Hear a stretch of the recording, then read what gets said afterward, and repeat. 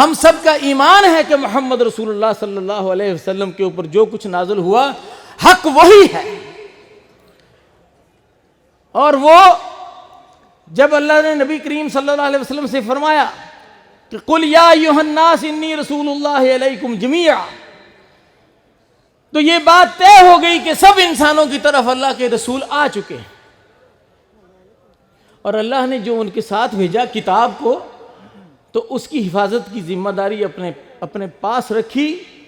اب نہ کسی رسول کی ضرورت ہے اور نہ کوئی کتاب آئے گی، یہ کتاب قیامت تک محفوظ رہے گی. اور اس کتاب کو اللہ کی طرف سے حق سمجھنے والے، اس بات کو اپنے ایمان کا حصہ سمجھنے والے اور اس بات کا دعوے دار وہ ہم لوگ ہیں اس دنیا میں اور آپ.